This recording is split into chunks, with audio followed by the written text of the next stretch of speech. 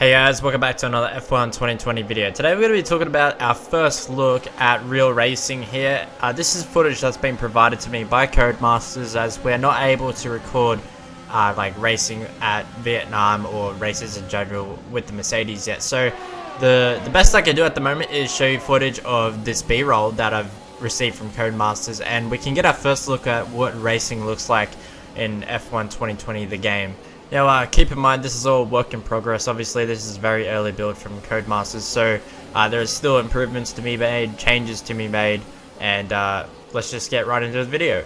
Now, this is the first time, I believe, that split screen has been introduced on the current gen consoles in F1 games, so I think Codemasters had a pretty big technical challenge to overcome. I think they included the efforts of another studio to help include this split screen mode. So finally, for all those casual gamers that want to race against their friends locally at their mate's house, you're now able to race against your friends. And as you notice, the name tags back there, they looked a bit off center on the cars, and I think that's just a bit of a glitch at the moment. I think that'll be fixed by Codemasters when the game comes out, no doubt. So don't stress about that. You can see here in Bahrain under the lights, it looks pretty stunning. I didn't notice how much of a difference there was in graphical improvements until I went back to F1 2019 a few times for league racing, and like, you can really notice the improvements, even though it's subtle when you're looking at F1 2020 for the first time, especially going from PS4 to PC. Using this game on PC along with a lot of other games, there is a huge improvement to be had if you play on PC over console. But you can definitely still enjoy the game. I've been playing, this game on PS4 for years now, so definitely still enjoyable on console. It's just that if you want to perform better, I think definitely using a PC is the way to go. Another thing I want to talk about, the overtake button. As you can see in the bottom right corner, the orange overtake button, you can see you can click a button to activate it. And we can also see pretty much like a visual representation soon of what the overtake button's power is like.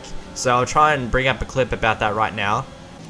So riding on board here with Max Verstappen in Austria, activating the overtake button right now, as you can see, it goes green on his wheel, and that's just the sort of power that he's able to pull alongside. And as soon as he deactivates that button, he's it's like a parachute's deployed, and the racing point just gets straight back in front of him again. So that's the kind of extreme that overtake button brings to the game now. You don't have to manage ERS anymore. It's like as if it's on a lower setting from the previous game, and it still burns on its own, but it mostly saves over the course of a lap time. But if you use all your overtake button, at the one time, it will, eat up that battery in absolutely no time at all. So you want to be very, very conservative with your use of the overtake button, and only use it when you actually need to.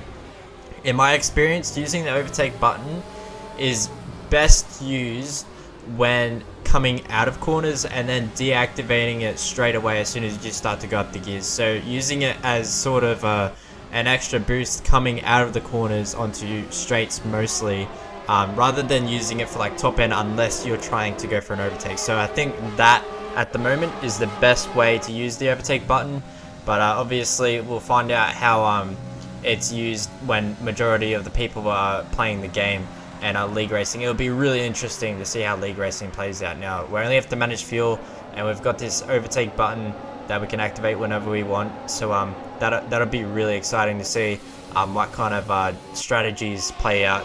As you can see, the sparks are still pretty prominent with the AI cars racing here. There's sparks flying everywhere, which is pretty cool. I think the Netherlands is one of those tracks that will bottom out the car a little bit because of its undulation. So probably see a fair bit of sparks flying, especially around the bank corners, as you can see. That pit lane entry is a bit of a different one. It's very short pit lane entry, so it might be a little bit difficult to get correctly. Kind of reminds me a little bit of France when it was in 2018, or before they patched it in 2019. And it will also, I think, invalidate your lap if you cross that pit lane entry at the moment in time trials. So I'm not sure if they're gonna like change that, or if that's just something you're gonna have to avoid altogether when playing the time trial game mode. When you exit the pit lane in Zandvoort, you come out straight after that first bank corner, mostly where it's flat before you enter into the second banked corner. That's the big left-hander.